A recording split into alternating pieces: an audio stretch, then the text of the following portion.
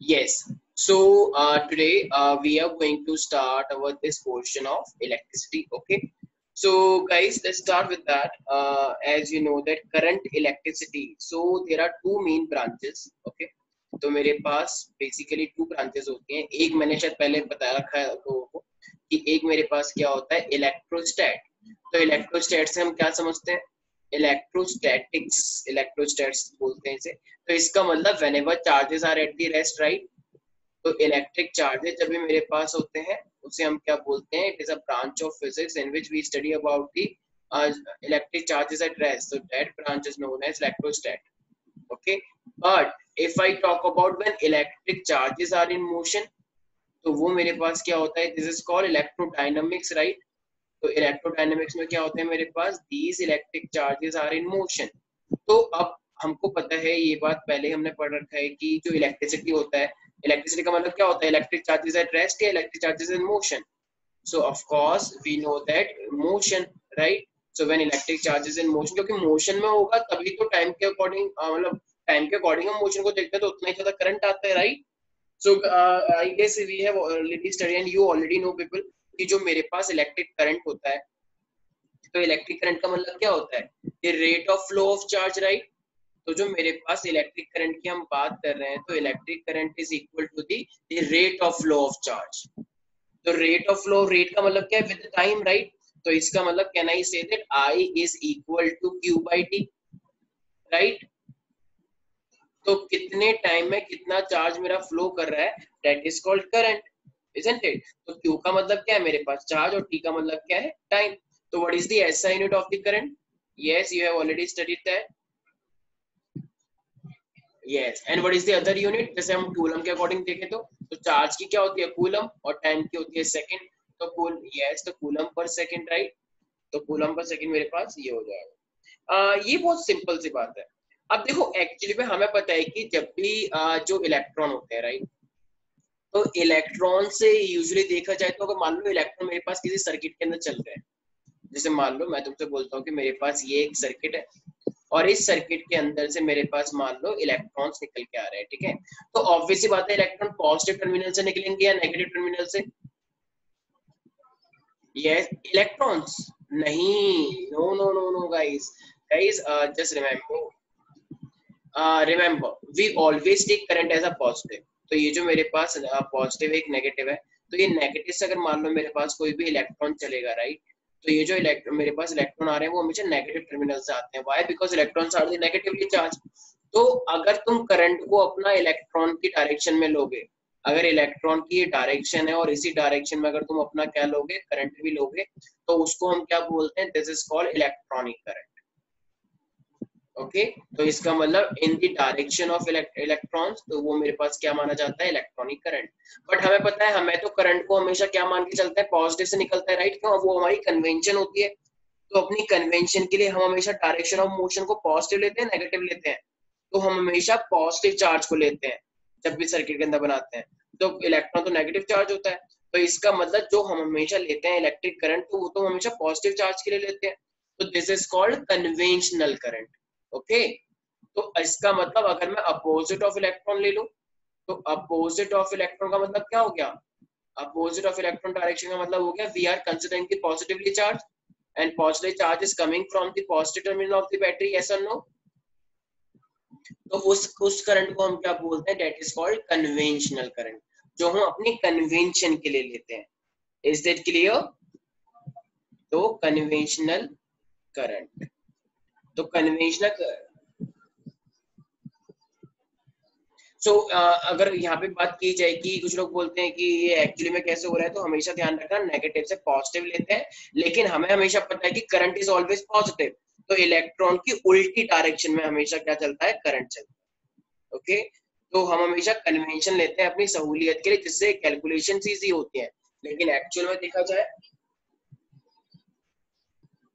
Yes exactly. तो हमारे पास अगर इलेक्ट्रॉनिक करंट की बात की जाए तो रियल में इलेक्ट्रॉनिक करंट चलता है लेकिन जितना इलेक्ट्रॉनिक करंट होता है उतना ही कन्वेंशनल करंट होता है. तो इसलिए अगर इलेक्ट्रॉनिक करंट मान लो कोई -5 आ रहा है तो कन्वेंशनल करंट तुम क्या लोगे 5 एम्पियर. क्योंकि माइनस में हमें साइन कंसीडर नहीं करना क्योंकि जितना इलेक्ट्रॉन चल रहा है उतना ही मेरे पास फिर कन्वेंशनल करंट आएगा पॉजिटिव. ठीक है। तो जो कैलकुलेशन जो आएंगी वो मेरे पास क्या है, लाइक ये कोई इस तरीके से नहीं है। कुछ लोग सोचते कि वो ये क्या बात हुई सर कि इलेक्ट्रॉनिक करंट चल रहा है लेकिन हम हमेशा कन्वेंशन ले रहे हैं तो वैल्यू अलग नहीं आएगी। बिल्कुल भी नहीं आएगी, क्योंकि जो करंट हम लेते हैं बेसिकली जो करंट है जो आई है वो हमेशा इलेक्ट्रॉन के अपोजिट चल रहा है। तो अपोजिट चल रहा है तो हम तो अपना कन्वेंशनल करंट ही लेंगे ना, लेकिन मूवमेंट किसकी हो रही है? मूवमेंट चल रही है इन इलेक्ट्रॉन्स की, नेगेटिव से पॉजिटिव की side. Okay, I hope it is clear. तो इसका मतलब जब भी मैं कन्वेंशन की बात करूंगा तो वो फ्लो ऑफ इलेक्ट्रॉन से अपोजिट है या सेम है, तो यू विल से वो अपोजिट है। ठीक है। अच्छा, करंट क्या लगता है? Current is a scalar quantity और द वेक्टर क्वांटिटी। करंट की एक पर्टिकुलर डायरेक्शन फिक्स होती है या स्केलर होती है? यस yes, जो करंट होता है उसकी पर्टिकुलर डायरेक्शन होती है, लेकिन फिर भी इसे हमने क्या मान रखा है? It is a scalar quantity. Why? क्योंकि ये देखो ये ना मेरे पास एक्चुअली एल्जेब्रिक सम को रिप्रेजेंट करता है। हम बहुत सारे करंट को, पॉजिटिव नेगेटिव करंट को ऐड कर सकते हैं। तो इन एडिशन ऑफ इलेक्ट्रॉन से आगे जाके हम किरचॉफ रूल्स पढ़ेंगे तो उसमें ये चीज समझ में आएगी, करंट हमेरे पास ऐड हो जाता है एक दूसरे डायरेक्शन में, एक दूसरे डायरेक्शन में, तो करंट एडिटिव इन नेचर होता है, एल्जेब्रिक सम होता है। सो दैट्स व्हाई करंट मेरे पास क्या होता है? It is scalar quantity. तो करंट की अपनी एक डायरेक्शन होती है, agreed, but still it is a scalar quantity. क्यों? क्योंकि ये मेरे पास एल्जेब्रिक सम को फॉलो करता है, और जो कि हम किरचॉफ्स का रूल जब पढ़ेंगे तब मैं ये बताऊंगा। ठीक है। सो रिमेंबर दैट कि जो मेरे पास करंट होता है, this current is always the scalar quantity. Okay. जैसे मान लो मेरे पास एक करंट यहाँ से आ रहा है, एक करंट यहाँ से आ रहा है। मैंने ये बात पहले भी बता रखी है कि जो करंट आता है वो हमेशा कंस्ट्रक्टिवली मिलता है। तो कंस्ट्रक्टिव का मतलब क्या होता है? जैसे मान लो महाराष्ट्र की बात की जाए तो महाराष्ट्र में हमारे पास दो पॉलिटिकल पार्टीज हैं, एक है इंडियन नेशनल कांग्रेस और एक है मेरे पास शिवसेना, राइट। तो किसकी सरकार है महाराष्ट्र के अंदर? दोनों की मिलजुल की सरकार है, राइट। तो वो पार्टियां पहले एक दूसरे का विरोध करती थी, लेकिन जब सरकार चलाने की बात आई तो वो दोनों ने गठबंधन कर लिया, मतलब वो दोनों ज्वाइन हो गए? नहीं हो गए, बिल्कुल हो गए। तो ये दोनों मिलकर सरकार चला रही है महाराष्ट्र में और बीजेपी के अगेंस्ट है। तो बताओ, जब दो अपोजिट पॉलिटिकल पार्टी मिली तो उन्होंने एक कंस्ट्रक्टिवली मिले, डिस्ट्रक्टिवली मिले? तो इसका मतलब जो करंट होता है वो भी मेरे पास कैसे मिलेगा? कंस्ट्रक्टिवली। मान लो ये 3 एम्पियर है, मान लो ये 4 एम्पियर है। अगर ये दोनों मिल जाते हैं तो फिर टोटल करंट कितना हो जाएगा? कंस्ट्रक्ट करेंगे, डिस्ट्रक्ट करेंगे? 1 या फिर 7? Yes, so always remember not one. ये डिस्ट्रक्ट नहीं करते करंट। तो that's why because of this rule it is considered as a scalar quantity. Is that clear to everybody? तो बहुत सिंपल सी बात है। Okay okay. नाउ तो ये मेरे पास क्या हुआ? देखो मैंने एक चीज बता रखी है, कभी कभी हमसे क्वेश्चन भी आता है कि मान लो तुम्हारे पास 10 इलेक्ट्रॉन है, ठीक है। तो तुम्हारे पास मान लो 10 इलेक्ट्रॉन, तो वैसे बहुत ही कम होते हैं, ठीक है भाई। इलेक्ट्रॉन, बहुत सारे इलेक्ट्रॉन से करंट बनता है, ठीक है। 10 इलेक्ट्रॉन बहुत ही कम होते हैं। सपोज कर लो मैं तुमसे बोलता हूँ कि एक वायर है और उस वायर के अंदर कितने इलेक्ट्रॉन जा रहे हैं? 10 इलेक्ट्रॉन जा रहे हैं, ठीक है। तो 10 इलेक्ट्रॉन जा रहे हैं, तो अभी कह रहे हैं कि वो कितने टाइम के अंदर जा रहे हैं? मान लो जो टाइम दे रखा है आपको, दे रखा है 0.1 सेकंड के अंदर। तो अब कह रहे हैं कि तो इसके अंदर करंट बताओ क्या होगा। तो भाई हम सबको क्या पता है? हमको पता है कि करंट इज इक्वल टू क्या होता है? I is equal to Q by T, right. तो अगर I is equal to Q by T है तो Q का मतलब क्या होता है? सबको पता है ना, क्वांटाइजेशन ऑफ चार्ज मतलब क्या होता है? Q is equal to N E. जैसे कोई भी बॉडी पे टोटल चार्ज निकालना तो कितना होता है? एक इलेक्ट्रॉन का चार्ज इंटू में जितने नंबर वो प्रेजेंट है, राइट। जैसे मान लो एक टॉफी 5 रुपए की है तो 10 टॉफी कितने की आएंगी? 50 रुपए की। तो टोटल टॉफी 50 रुपए की आई ना, तो वही वाली बात है। एक इलेक्ट्रॉन पे कितना चार्ज होता है सबको पता है? 1.6 इंटू 10⁻⁹ राइट, कूलम। तो ये एक इलेक्ट्रॉन का चार्ज है, बहुत छोटा सा चार्ज है, 10⁻⁹ का मतलब 0.0000000 बार। और अब नंबर क्या है मेरे पास? नंबर क्या, अब नंबर क्या है मेरे पास? 10। तो इसका मतलब Q इज इक्वल टू क्या होता है मेरे पास? Ne। और मेरे पास ये क्या है? टाइम, ठीक है। तो n कितना दे रखा है मेरे को? 10 दे रखा है। और इलेक्ट्रॉनिक को मेरे पे चार्ज कितना होता है एक इलेक्ट्रॉन पे? 1.6 इंटू 10⁻⁻⁹ राइट। अच्छा 10 ये रहा, ये -19 है, तो से प्लस 19 हो जाएगा, आई मीन -18 हो जाएगा। और नीचे टाइम कितना दे रखा है? 0.1। तो 0.1 का मतलब क्या है? 1 अपॉन में 10 की पावर 1 अपॉन 10। तो ये 10 फिर से ऊपर आ जाएगा तो 10⁻⁷ हो जाएगा, राइट। तो इसका मतलब इस 0.1 को हम कैसे ले सकते हैं? 1 इंटू 10⁻⁻1। तो जब ये ऊपर आएगा तो +1 हो जाएगा। तो इसका मतलब आंसर कितना आएगा मेरे पास? 1.6 into 10⁻⁷। So this is what? This is my current. Is that clear, everybody? Oh, sorry, ampere, not coulomb. Okay, current हमेशा ampere में आता है. I hope it is completely clear to you. Okay, तो I hope कि हम सब इस type के क्वेश्चन कर सकते हैं, राइट? कभी कभी नहीं हमसे नंबर भी निकलवाने के लिए कहता है, तो तुम्हें फॉर्मूला तो पता ही है भाई. देखो अगर मान लो तुम्हें आई दे रखा हो, तुम्हें टाइम दे रखा हो, तुम्हें ई तो पता ही होता है, तो नंबर तो निकाल लोगे, राइट? तो बस तुम्हें फॉर्मूला पता होना चाहिए. कुछ भी पूछ सकता है, टाइम पूछ सकता है, नंबर पूछ सकता है, तो ऐसी बहुत सारी चीजें वो पूछ सकता है. I hope it is completely clear. Okay, अब हमने देखो एक चीज हमने बहुत अच्छे से पढ़ रखी है कि एक मेरे पास क्या होता है, पोटेंशियल होता है, और एक मेरे पास पोटेंशियल डिफरेंस होता है. और अपनी कन्वेंशन के लिए मैंने क्या बताया था, तो अपनी कन्वेंशन के लिए मैंने बताया था हमारा जो यूजुअली हम जैसे न्यूमेरिकली जब डिफाइन करते हैं पोटेंशियल को. अच्छा पहले एक बताओ, जब मेरे पास डिफरेंस होता है, जब मेरे पास पोटेंशियल डिफरेंस होता है, करंट तभी आता है, राइट? जैसे डिफ्यूजन है. डिफ्यूजन कब होता है? Diffusion is always take place from high concentration to low concentration, right? Gas के पार्टिकल कब मूव करेंगे? हाई कंसंट्रेशन से लो कंसंट्रेशन की तरफ गैस के पार्टिकल मूव कर जाते हैं. तो उसी तरीके से अगर मेरे पास एक जगह पे हाई पोटेंशियल होगा और एक जगह पे लो पोटेंशियल होगा, तभी तो मेरे पास करंट जाएगा, राइट? मान लो ये मेरे पास क्या है, हाई पोटेंशियल है यहाँ पे, और पोटेंशियल को मैंने कैसे डिफाइन किया है, एक तरह से ये एनर्जी को रिप्रेजेंट करता है, राइट?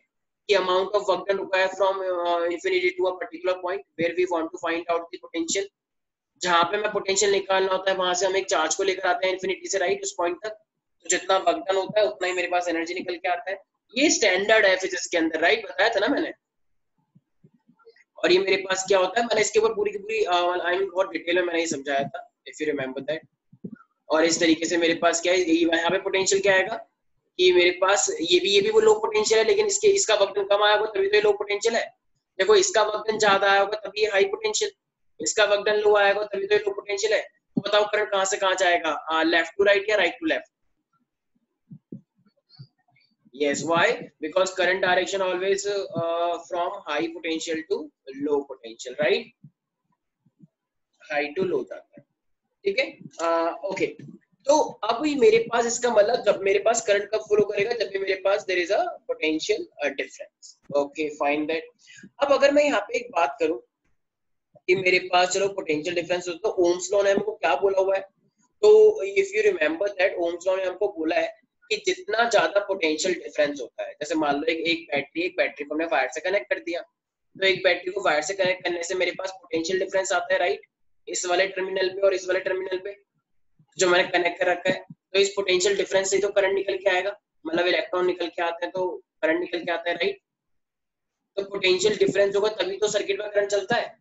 तो यही तो ओम्स लॉ आया था, रिमेंबर दैट. तो ओम्स लॉ की अगर बात की जाएगी तो ओम्स लॉ में क्या बोला गया था कि पोटेंशियल डिफरेंस कितना ज्यादा होगा, जितना ज्यादा करंट होगा, राइट? राइट, तो V is directly proportional to I. तो हम एक कांस्टेंट लगाते हैं, वो कांस्टेंट क्या होता है मेरे पास? Yes, this is the resistance, this is capital R, right? तो V is equal to IR हो जाएगा, right? तो potential difference is equal to IR, और ये R मेरे पास क्या है, this is a constant, right? तो ये जो कांस्टेंट है R मेरे पास, ये क्या होता है, it is a obstruction in the pathway of current. तो करंट के रास्ते में जो रुकावट आती है उसको हम बोलते हैं, राइट? तो पोटेंशियल डिफरेंस एक पॉइंट का होता है, 2 पॉइंट का होता है.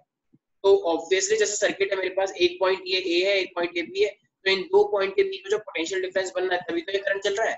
तो जितनी बड़ी बैटरी लेकर आओगे, जितनी ज्यादा महंगी बैटरी लेकर आओगे, तो उसके अंदर पोटेंशियल उतना ही ज्यादा आएगा, राइट? तो उतना ज्यादा पोटेंशियल आएगा तो ऑब्वियस सी बात है करंट भी ज्यादा ही आना है. और ऐसा होता भी तो है, जितना ज्यादा महंगा सेल होता है उतना ज्यादा करंट भी तो आता है इसमें से, राइट? तो अब अगर मान लो मेरे पास एक VI ग्राफ दे रखा है, ठीक है? तो हमने अगर मेरे पास कोई ओमिक मटेरियल है, ओमिक मटेरियल का मतलब क्या है मेरे पास, वो जो ओम्स लॉ को फॉलो करता है, तो जितना ज्यादा पोटेंशियल आएगा उतना ही ज्यादा करंट भी तो आएगा, एम आई राइट? भाई जितना ज्यादा पोटेंशियल उतना ही ज्यादा मेरे पास क्या आता है, करंट निकल के आता है. तो अगर मैं यहाँ पे देखूंगा तो हमेशा क्या होता है, मुझे स्ट्रेट लाइन आता है, यस और नो? तो ये स्ट्रेट लाइन का मतलब क्या है? इस स्ट्रेट लाइन का मतलब है जितना ज्यादा करंट उतना ज्यादा पोटेंशियल, जितना ज्यादा करंट उतना ज्यादा पोटेंशियल, और जितना ज्यादा और करंट उतना ज्यादा और पोटेंशियल, राइट? यस और नो? तो ये मेरे पास क्या होता है, जितना ज्यादा हम पोटेंशियल देते हैं उतना ज्यादा करंट. यही ओम्स लॉ को वेरीफाई भी करता है, राइट? अच्छा, अगर मैं स्लोप निकालूं, स्लोप का मतलब क्या होता है, वाई एक्सेस अपॉन में एक्स एक्सेस, राइट। तो अगर मैं स्लोप निकालूंगा, मान लो मैं करूंगा वाई अपॉन में एक्स, तो ये मेरे पास क्या निकल के आएगा, रेजिस्टेंस निकल के आएगा ना, राइट। रेजिस्टेंस कैसे, क्योंकि y अपॉन में x का मतलब क्या है, y पे क्या है v है और x पे क्या है i है, तो v अपॉन i इस फॉर्मूले से क्या निकल के आएगा, r नहीं निकल के आएगा, right. Is that clear? Okay, तो ये है मेरे पास पूरा पूरा। अब देखो इसकी हम वेरिफिकेशन भी पढ़ेंगे, लेकिन एक ना क्योंकि मेरे पास क्वेश्चन आता है कि तुम्हारे पास ये दो ग्राफ दे रखे हैं, और ये क्वेश्चन जहां तक मुझे याद है इस टाइप के क्वेश्चन शायद मैंने करवाया है। यस, मेरे पास मान लो सबसे पहले देखो ये दे रखा है, ठीक है। ये मेरे पास एक ग्राफ दे रखा है v और i का, और ये कह रहा है कि एक मेरे पास ये a है और एक मेरे पास b है, तो बताओ किसका रेजिस्टेंस ज्यादा आएगा, क्या लगता है? ये एक a है और एक b है, तो किसका रेजिस्टेंस ज्यादा आएगा? और मान लो इस बार मैं बोल रहा हूँ ये मेरे पास i है और इस बार ये मेरे पास b है, उल्टा कर दिया मैंने, तो एक मेरे पास ये a है और ये मेरे पास b है, तो इस बार किसका रेजिस्टेंस ज्यादा आएगा, ये स्लोप निकालने का। Yes guys, what do you think?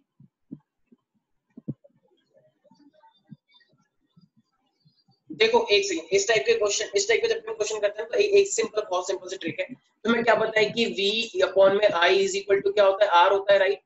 इसका मतलब जितना ज्यादा v आएगा उतना ज्यादा r आएगा, जितना कम i आएगा उतना ज्यादा r आएगा। तो किसी एक चीज को देख लो, बस v को देखो कि जितना ज्यादा v उतना ज्यादा r, राइट। भाई ऊपर जितनी चीज होती है उतना ही तो रेजिस्टेंस आएगा।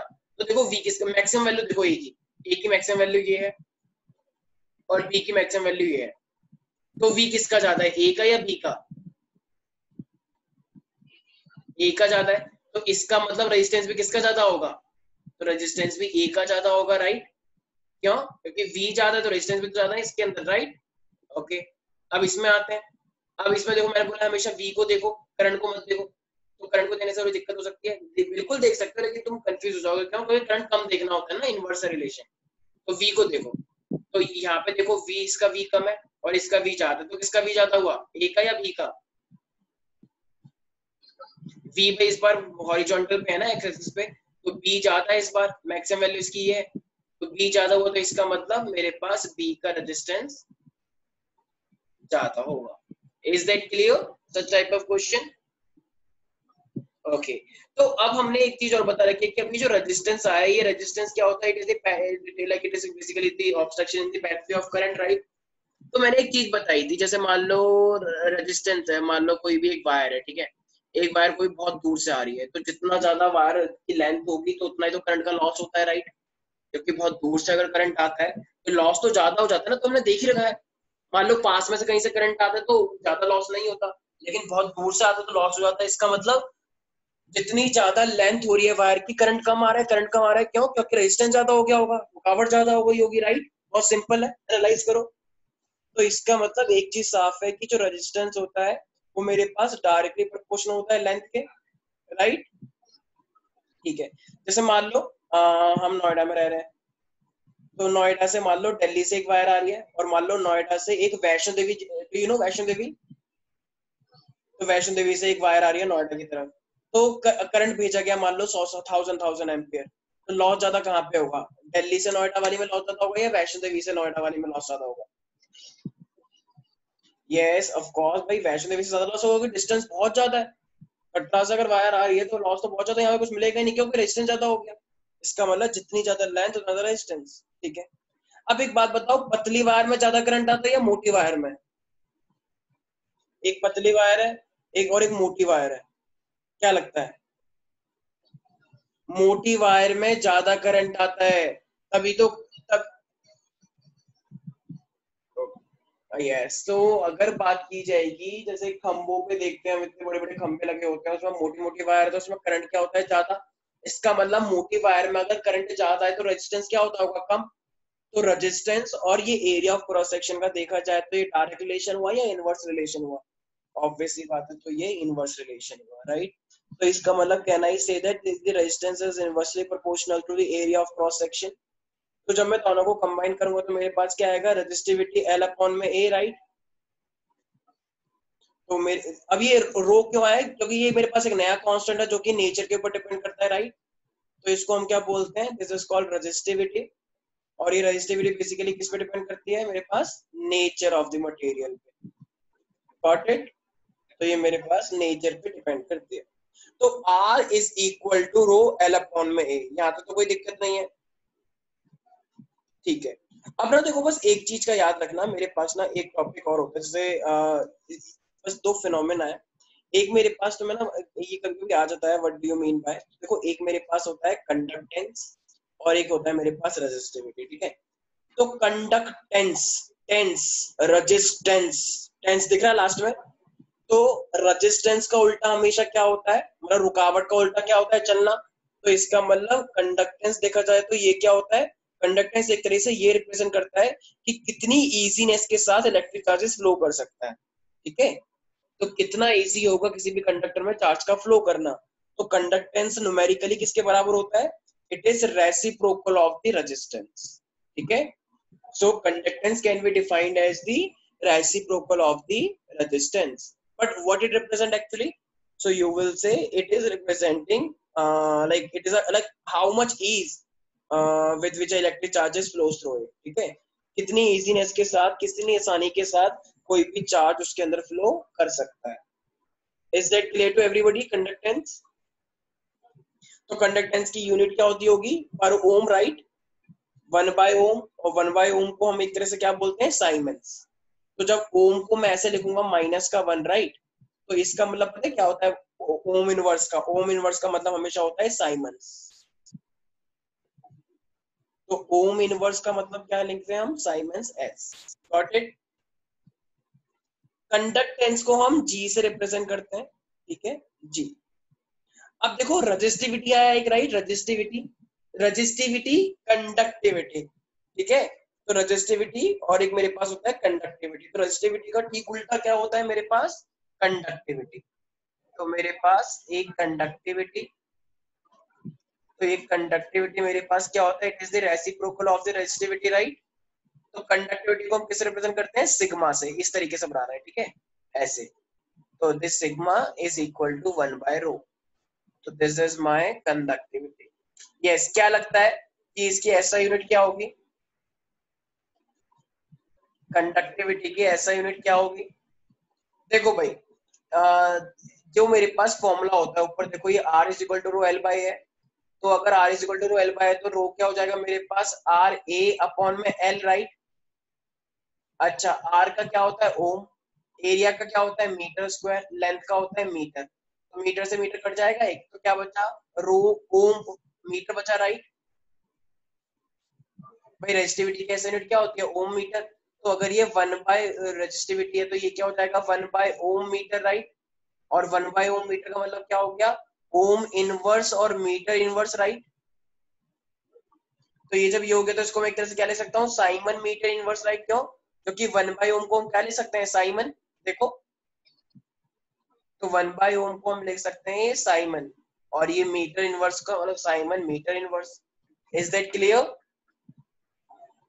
तो ये मेरे पास क्या है, ये मेरे पास दो फिनोमेना थे, कंडक्टर और कंडक्टर। अब कभी कभी वो हमसे बोलता है कि ठीक है, ये जो ओम्स लॉ आपने ड्राइव किया है कि V is equal to IR है, गॉट इट। अब इसको ना प्रूव करके दिखाना होता है, लेकिन इसको प्रूव करने से पहले ना हमारे पास एक टॉपिक है, और वो मेरे पास क्या है, जैसे कि मैंने बताया, मेरे पास एक ड्रिफ्ट वेलोसिटी आता है। अब ये ड्रिफ्ट वेलोसिटी कैसे निकालते हैं, तो देखो, अच्छा मुझे एक बात बताओ, जैसे कंडक्टर है, राइट। तो कंडक्टर में कुछ फ्री इलेक्ट्रॉन्स होते हैं या नहीं होते हैं, क्या लगता है? कंडक्टर के अंदर कुछ ना कुछ तो फ्री इलेक्ट्रॉन्स होते ही होंगे, राइट। तो कुछ कंडक्टर के अंदर अगर फ्री इलेक्ट्रॉन्स होते हैं हमारे पास, तो देखो होता क्या है मेरे पास, तो कंडक्टर के अंदर फ्री इलेक्ट्रॉन्स ना आपस में रैंडम घूमते रहते हैं। मान लो ये मेरे पास एक कंडक्टर है, ठीक है। अब कंडक्टर में कुछ इलेक्ट्रॉन्स है, तो कुछ इलेक्ट्रॉन्स इधर जा रहे हैं, कुछ इलेक्ट्रॉन इधर जा रहे हैं, कुछ इलेक्ट्रॉन उल्टे सीधे भाग रहे हैं, ठीक है। जिगजैग मोशन है, कभी भी रैंडम चल रहा है एकदम, कोई उधर जा रहा है, कोई उधर जा रहा है, कोई उधर जा रहा है, कोई उधर जा रहा है। तो क्यों? क्योंकि अभी कोई एक्सटर्नल इलेक्ट्रिक फील्ड नहीं है। कोई हर कंडक्टर, अगर मैंने कुछ खरीद के लेकर आया कुछ भी मेटल, तो उसके अंदर इलेक्ट्रॉन तो फ्रीली फ्रीली मूवेबल होंगे, कोई कहीं पे भी जाएगा, राइट। तो अगर कोई भी इलेक्ट्रॉन अगर मान लो मेरा कहीं भी जा रहा होगा, तो अब मुझे बताओ, तो उसका जो नेट इफेक्ट आएगा वो नेट इफेक्ट कितना होगा? तो नेट इफेक्ट तो जीरो ही होगा, राइट? क्यों? क्योंकि अगर एक इधर जा रहा है तो ऑब्वियसली बात है कि इधर भी जा रहा होगा, एक इधर जा रहा है तो ऑब्वियसली बात है कि इधर भी जा रहा होगा, एक इधर की साइड जा रहा है तो ऑब्वियसली बात है कि इधर भी जा रहा होगा।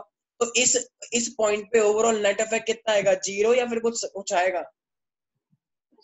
Zero net effect.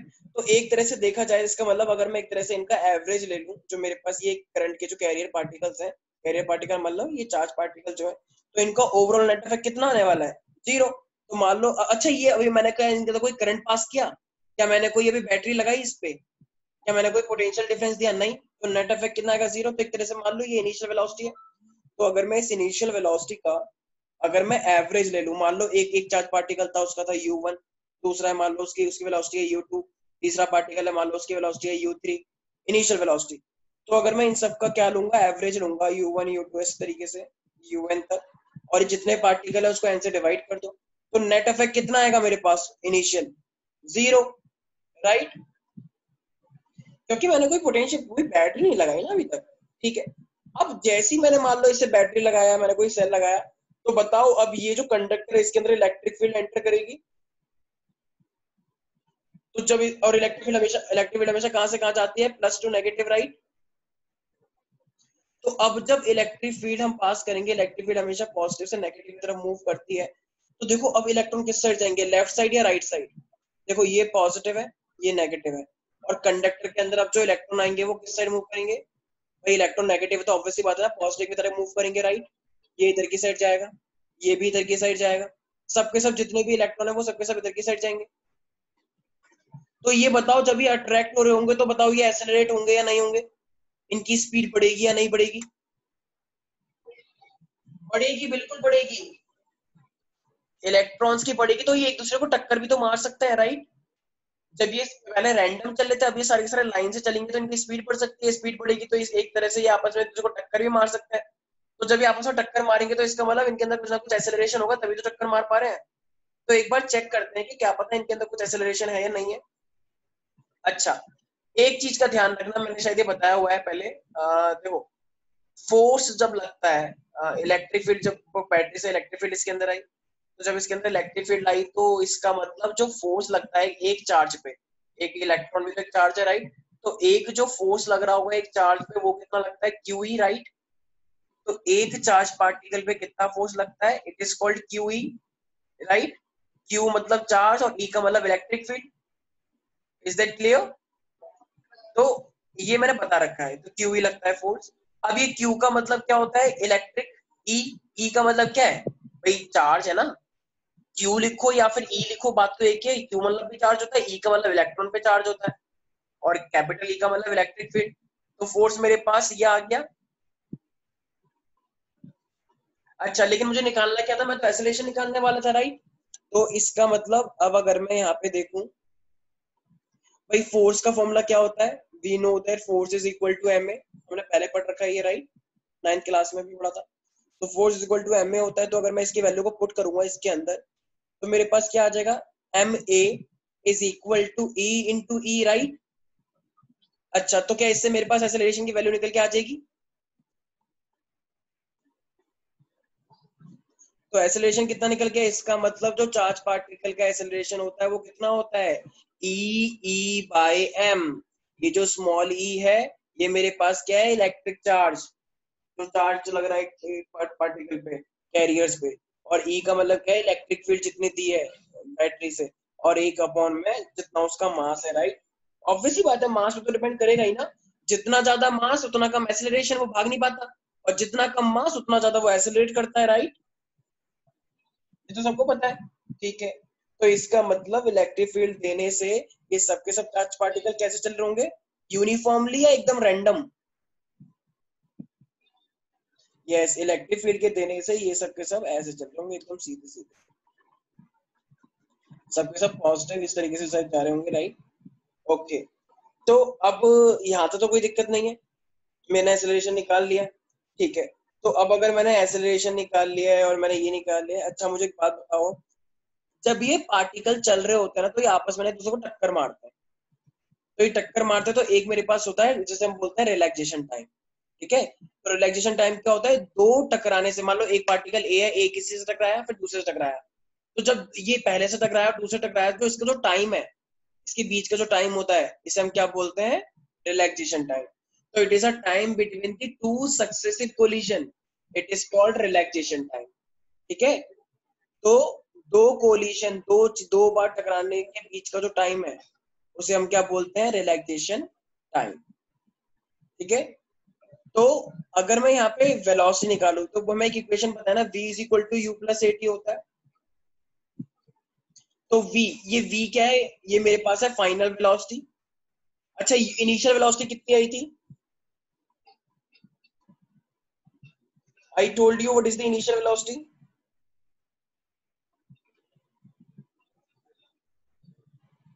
Initial velocity I told you guys, can you just see that, initial velocity जो थी जब इलेक्ट्रिक फील्ड पास करने से पहले कितनी आई थी, zero, right. Can you just see that. तो जब तक मैंने उसके अंदर इलेक्ट्रिक फील्ड नहीं दी थी, वो उसकी इनिशियल वेलोसिटी थी, जो एक दूसरे के इफेक्ट में क्या कर रहे थे, नलीफाई कर रहे थे, मतलब जीरो कर रहे थे। तो इनिशियल वेलोसिटी कितनी हो जाएगी फिर, of course you can see that, zero. अच्छा, एक्सेलरेशन कितना आया, ये रहा, तो ई by M, right.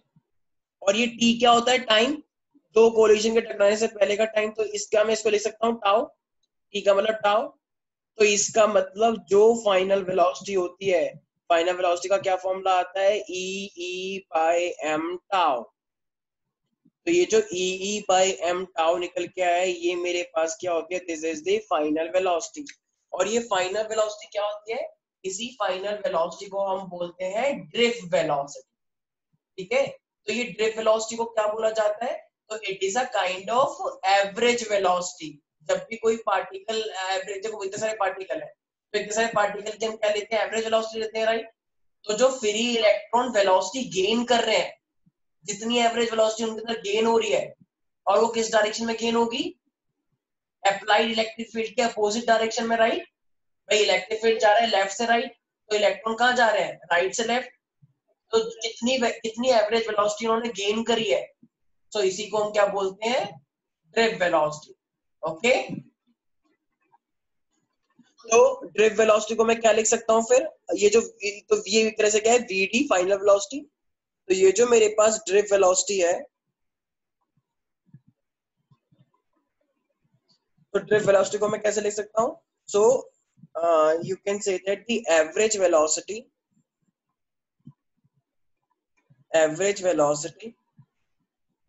gained by the free electrons of a conductor। अब वो किस डायरेक्शन में जाएंगे, अपोजिट डायरेक्शन में इलेक्ट्रिक फील्ड के, सेम डायरेक्शन में।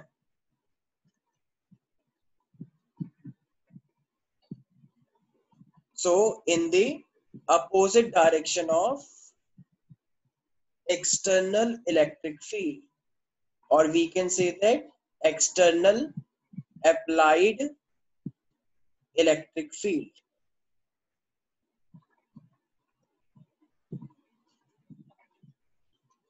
Is that clear?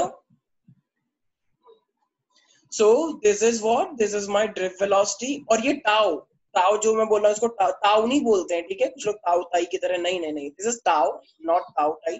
तो और ये क्या होता है मेरे पास, दिस इज रिलैक्सेशन टाइम। ये रिलैक्सेशन टाइम का मतलब क्या होता है, as I told you, it is the time between the two successive collision, right. Time between two successive collision मतलब एक के बाद एक कोलिजन जो होती है, तो उसके बीच का time, to successive collision of charge particle. I hope it is clear. तो इसका मतलब जो मेरे पास ड्रिफ्ट वेलोसिटी होती है, ड्रिफ्ट वेलोसिटी क्या निकल के आई है मेरे पास टाउ के टर्म्स में, E by M tau. Okay, remember that. So E by M tau. Now अब ये मेरे पास चलो निकल के आया, अब मेरे को कह रहा है कि क्या ड्रिफ्ट वेलोसिटी में और करंट में क्या कोई रिलेशन है, क्या ड्रिफ्ट वेलोसिटी और करंट के अंदर कोई रिलेशन है। ओके, चेक कर लेते हैं। यहाँ तक ड्रिफ्ट वेलोसिटी समझ में आ गई होगी, राइट। मान लो मेरे पास एक कंडक्टर है, ठीक है। तो अगर मेरे पास एक कंडक्टर है, सपोज करो,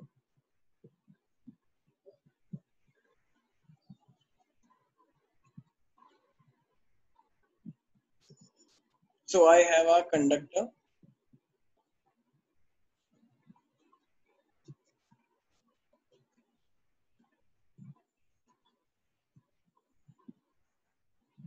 ठीक है, यस। तो मेरे पास ये कंडक्टर है, राइट। मान लो इस कंडक्टर की लेंथ कितनी है, L। इसके अंदर ये मेरे पास इलेक्ट्रॉन्स होंगे, of course, as I told you. और वो सब के सब इलेक्ट्रॉन कहाँ जा रहे होंगे, इस साइड। क्यों? क्योंकि मैंने इलेक्ट्रिक फील्ड प्रोवाइड कर रखी है। कैसे? ये रही, देखो। तो मैंने बैटरी लगा रखी है, ये पॉजिटिव है, ये नेगेटिव है। तो यहाँ से मैंने एक बैटरी लगा रखी है, राइट। ठीक है। तो अब ऑब्वियसली होता है पॉजिटिव से नेगेटिव की तरफ क्या चलता है, electric field, as I told you. तो इलेक्ट्रिक फील्ड इस तरीके, इसका मतलब जो इलेक्ट्रिक फील्ड की डायरेक्शन है वो इलेक्ट्रिक फील्ड की डायरेक्शन ऐसे जाएगी, राइट। क्योंकि वो पॉजिटिव से नेगेटिव की तरफ जाता है, पॉजिटिव इधर है, नेगेटिव इधर है। बैटरी का देखो, ठीक है। तो इसका मतलब इलेक्ट्रॉनिक करंट कैसे होगा देखा जाए तो, अगर मैं ऐसे पूछूं तो ईसी इलेक्ट्रॉनिक करंट ऐसे जाएगा। और अगर मैं सीसी बोलूं तो सीसी कैसे जाएगा, जो हम कन्वेंशनल मानते हैं, तो सीसी ऐसे जाएगा, राइट, पॉजिटिव वाला। ठीक है। अच्छा मुझे एक बात बताओ, जो एक इलेक्ट्रॉन पे चार्ज होता है वो कितना होता है, ई। एक इलेक्ट्रॉन पे चार्ज कितना होता है, ई 1.6 × 10⁻⁻⁹, राइट। अच्छा, तो अगर ये पूरी की पूरी लेंथ एल है, ठीक है ना, इस कंडक्टर की, तो इस कंडक्टर के अंदर पूरा वॉल्यूम कितना होगा। देखो मान लो क्रॉस सेक्शन एरिया ए है, तो इसका टोटल वॉल्यूम कितना होगा कंडक्टर का। अच्छा, वॉल्यूम क्या होता है, हमेशा ए इंटू एल होता है, राइट। भाई ये एरिया ऑफ क्रॉस सेक्शन है, अगर इसको एल से मल्टीप्लाई कर दोगे तो वो वॉल्यूम निकल के नहीं आएगा, ए इंटू एल। ठीक है। तो ए इंटू एल मेरे पास वॉल्यूम होता है। अब मान लो एक यूनिट वॉल्यूम में, एक यूनिट वॉल्यूम में इतने नंबर ऑफ इलेक्ट्रॉन है, एन। ठीक है। कंसिडर कि मेरे पास एक यूनिट वॉल्यूम में, मतलब एक वॉल्यूम के अंदर कितने इलेक्ट्रॉन है, एन नंबर ऑफ इलेक्ट्रॉन है। ठीक है। तो फिर टोटल वॉल्यूम में कितने इलेक्ट्रॉन आ जाएंगे फिर, जब एक वॉल्यूम में एन इलेक्ट्रॉन है तो टोटल वॉल्यूम में कितने इलेक्ट्रॉन आ जाएंगे। Yes, N into A L, right, N into A L, N into volume. तो इसका मतलब जब एक यूनिट, सपोज करो एक यूनिट वॉल्यूम में, one unit volume has N electron, तो ऑब्वियसली बात है टोटल वॉल्यूम में कितने इलेक्ट्रॉन आ जाएंगे। तो टोटल वॉल्यूम ए एल है, तो टोटल, तो इसका मतलब इलेक्ट्रॉन्स इन टोटल वॉल्यूम कितने हो जाएंगे, एन इंटू ए एल। तो ये तो टोटल इलेक्ट्रॉन आ गए, लेकिन हमें पता है एक इलेक्ट्रॉन का चार्ज कितना होता है, ई ई ई। फिर 1.6 भी बोल सकते हैं, ई भी तो बोल सकते हैं, राइट। एक इलेक्ट्रॉन का चार्ज ई होता है। तो टोटल चार्ज जब जब हमने टोटल नंबर निकाल लिया, तो फिर एक इलेक्ट्रॉन पे ई का चार्ज है, तो टोटल चार्ज कितना हो जाएगा कंडक्टर पे। यस, तो इसका मतलब जितना भी मैंने ऊपर लिखा हुआ है एन इंटू ए इंटू एल, इसके मतलब कैसे कर देंगे, ई से।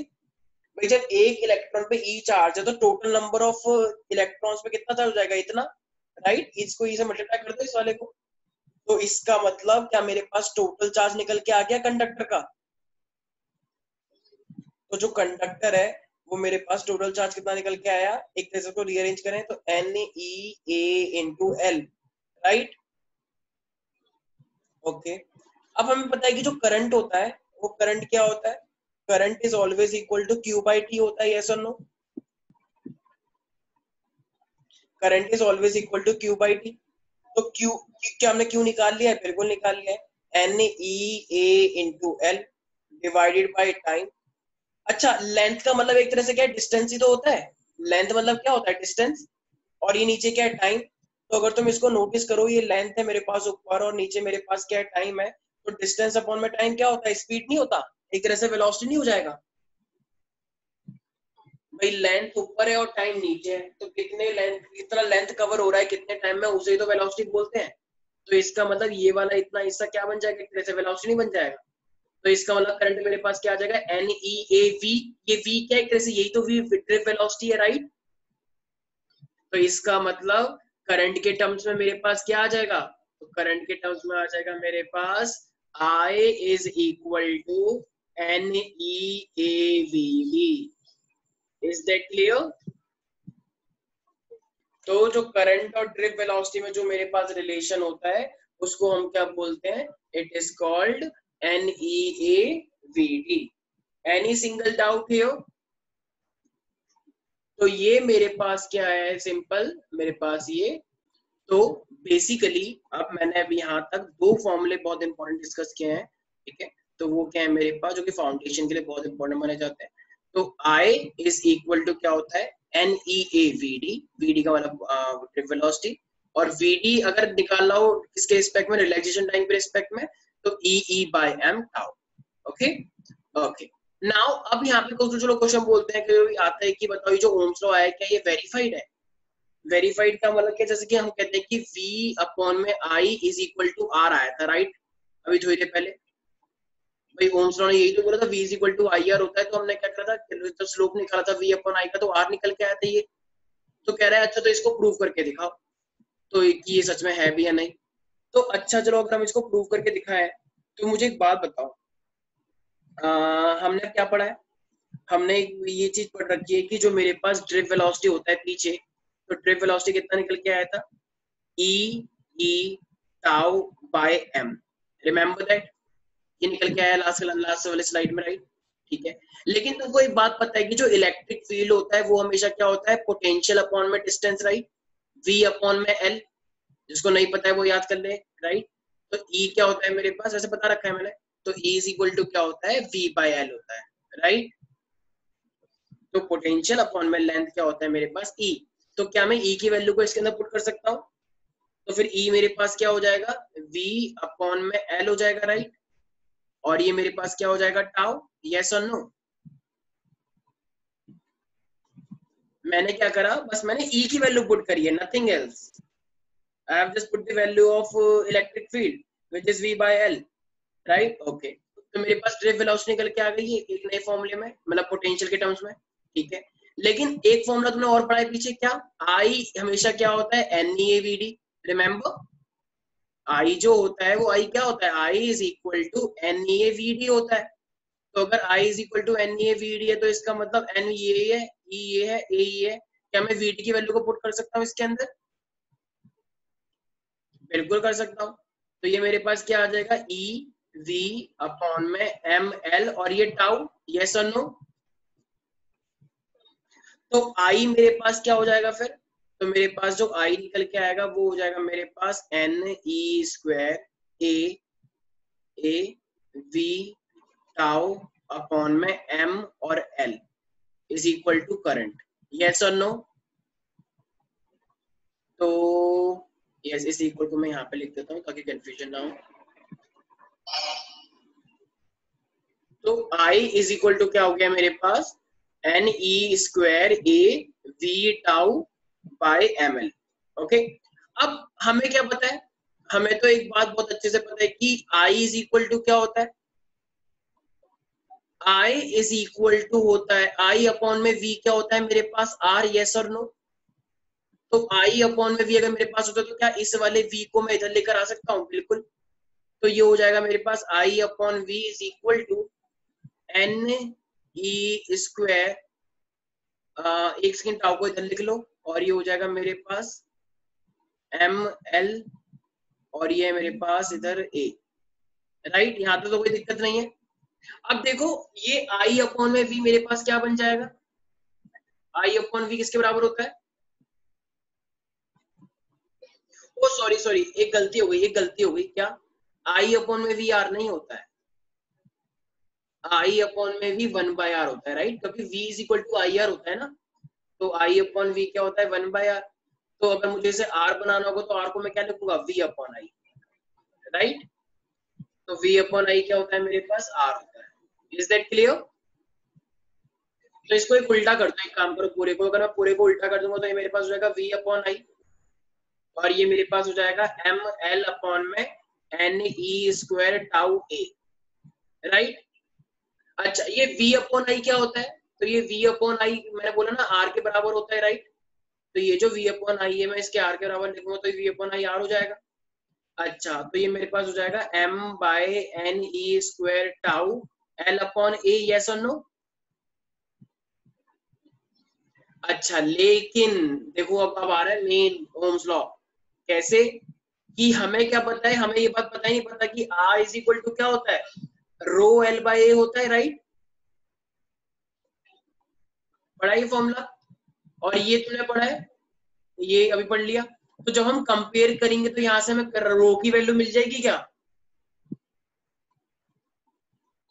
रो की वैल्यू क्या कंपेयर करोगे तो रो की वैल्यू मेरे पास आ जाएगी, यस। तो रो जो रजिस्टिविटी हम बोलते हैं, जो कि नेचर पे डिपेंड करता है, तो ये नेचर के अंदर क्या क्या चीजें आ सकती हैं, mass, number of electron, electron पे चार्ज चाहिए, ठीक है, और योर रिलैक्सेशन टाइम। तो rho is equal to m by N square tau, ठीक है। तो ये जो मेरे पास देखो फाइनली मैंने क्या करा, ये जो मेरे पास v बाय आई है, जो मेरे पास r निकल के आया है, तो यही मेरे पास एक तरह से रिप्रेजेंट करता है कि हाँ ओम्स लॉ मेरा वेरीफाइड है। तो जब भी मैं ये करता हूँ कि फॉर अ फिक्स टेम्परेचर, ये जो क्वांटिटीज है ना मेरे पास, m, l, n, e, tau, area, ये सब तो कांस्टेंट है। तो ये सब कांस्टेंट है, तो आर भी तो कांस्टेंट ही होता है। याद आया जब v इज डायरेक्टली आई किया था, देखो कैसे, मुझे एक बात बताओ, ये कुछ बच्चों को समझ नहीं आता कि सर आपने कैसे बोला कि ऑप्शन वेरीफाई हो गया। देखो v बाई आई आर निकल के आया, तो ये v बाई आर, आर वहां पे क्या था, कांस्टेंट था, right? v is equal to, जब आई आर किया था तो r कांस्टेंट था, कैसे बताओ, m कांस्टेंट है या नहीं? मास हर चीज का कांस्टेंट होता है, लेंथ भी हर चीज की कांस्टेंट है, मूव नहीं होती कभी। नंबर ऑफ इलेक्ट्रॉन भी कांस्टेंट है कंडक्टर के अंदर, इलेक्ट्रॉन का चार्ज भी कांस्टेंट है। तो टॉर्क भी मेरी tau tau tau tau not torque, tau जो होता है मेरे पास रिलैक्सेशन टाइम, वो भी कांस्टेंट है। एरिया ऑफ कंडक्टर क्या चेंज हो रहा है, नहीं हो रहा। तो जब ये सारी चीजें कांस्टेंट है तो v बाय आई भी तो कांस्टेंट है, और v बाय आई निकल के आता है r, तो r भी तो कांस्टेंट हुआ। इसी को हम बोलते हैं Ohm's law is verified. Okay, क्यों? क्योंकि हमने क्या करके दिखा दिया कि r, हमने करके दिखा दिया कि r मेरे पास कांस्टेंट है। जब भी मैं v बाय आई को एज अ कांस्टेंट प्रूव कर दूंगा कि ये सारे फैक्टर कांस्टेंट है, तो वो कांस्टेंट ही क्या होता है मेरे पास, r के बराबर होता है। Yes, any doubt people? ये जो तो फाइनली v बाई आई मेरे पास कांस्टेंट हुआ, तो ये r हो गया, और ये सब तो मैंने वैसे का वैसा ही लिखा है। अब हमने पहले ही पढ़ रखा है कि जो r होता है वो रो l अपॉन में a होता है। तो देखो अगर तुम इस चीज को नोटिस करो, ये भी रो l अपॉन में a है, ये l अपॉन में a दिख रहा है, l अपॉन में a, और इस वाले फॉर्मूले के पास भी l अपॉन में a है। तो जब तुम ये इक्वेशन मान लो, ये इक्वेशन नंबर 1 और ये इक्वेशन नंबर 2, तो जब तुम इक्वेशन नंबर 1 और 2 को कंपेयर करोगे तो रो निकल के नहीं आएगा फ्रॉम 1 एंड 2। देखो इस रो की जगह पे क्या क्या लगा हुआ है, यही तो लगा हुआ है, m by N square tau, right, इस रो की जगह पे। तो इसका मतलब जब ये पूरी पूरी चीजें सेम है तो रो क्या हो जाएगा मेरे पास, m by N square tau. तो इसका मतलब ओम्स लॉ के साथ साथ मैंने ये भी निकाल लिया कि जो रो होता है, जो नेचर होता है, वो नेचर किस किस पे डिपेंड करता है, वो नेचर डिपेंड करता है मेरे पास m के ऊपर, n के ऊपर, ई इलेक्ट्रिक चार्ज के ऊपर, और रिलैक्सेशन टाइम के ऊपर which is tau. Any single doubt here?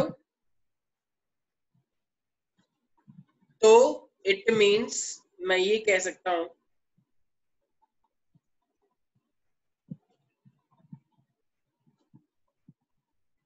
जो मेरे पास रजिस्टिविटी होती है, तो रजिस्टिविटी ऑब्वियसली नेचर को रिप्रेजेंट करता है, no doubt it represent the nature of the material. But okay, if I ask you, जैसे कंडक्टर का एरिया हुआ, कंडक्टर का लेंथ हुई, कंडक्टर का वॉल्यूम हुआ, क्या उसके ऊपर रेजिस्टिविटी डिपेंड कर रही है? टेल मी, कंडक्टर की लेंथ, कंडक्टर का एरिया, कंडक्टर का वॉल्यूम, क्या उसके ऊपर कंडक्टिविटी डिपेंड करती है? आई मीन ये रेजिस्टिविटी, नॉट कंडक्टिविटी, रेजिस्टिविटी नहीं करती है। क्योंकि रेजिस्टिविटी का फॉर्मूला क्या है, मास एन स्क्वायर टाउ। तो क्या इसमें किसी को ए दिख रहा है? नहीं। किसी को एल दिख रहा है? नहीं, राइट। तो इसका मतलब जो रेजिस्टिविटी होती है वो कभी भी कंडक्टर के डायमेंशन के ऊपर डिपेंड नहीं करता, बल्कि वो किस किस के ऊपर डिपेंड करता है, तो मेरे पास वो डिपेंड करता है सिंपल रेजिस्टिविटी। तो एक है मेरे पास मास के ऊपर, राइट, एक रिलैक्सेशन टाइम के ऊपर, राइट, रिलैक्सेशन टाइम, ये जो टाउ लिखा है मैंने, relaxation time,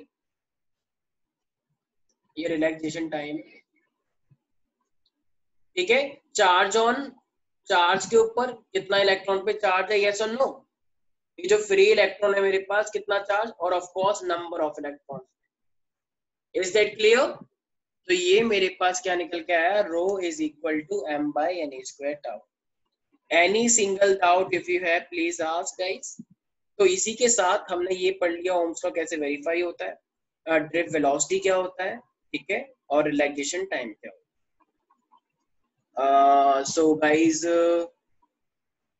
I hope it is clear to everybody. Yes. Any single doubt here? Yes. तो ठीक है, तो हमने बेसिकली क्या क्या आज फॉर्मूले पढ़े हैं। तो आज हमने जो जो पढ़े हैं चीजें, वो हमने क्या क्या देखने को मिला। सबसे पहले हमने देखा कि जो टाउ होता है, टाउ टाउ क्या होता है मेरे पास, रिलैक्सेशन टाइम, राइट। तो अगर टाउ और ड्रिफ्ट वेलोसिटी में अगर मुझे कोई रिलेशन बताना होता है तो मैं क्या क्या बोलता हूँ। तो मेरे पास जो फॉर्मूला निकल के आता है देखो टाउ के टर्म्स में और ड्रिफ्ट वेलोसिटी में, तो वो क्या निकल के आया था, vd is equal to E by M tau, right. Yes और नो? यस और नो?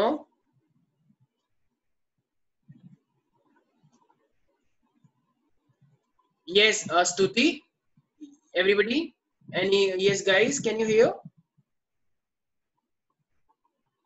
Hello, hello, या तो vd मेरे पास क्या निकल के आया है, ई बाय एम टाउ, ठीक है। अब मेरे पास जो r होता है वो r क्या होता है, रो l बाय a होता है, राइट।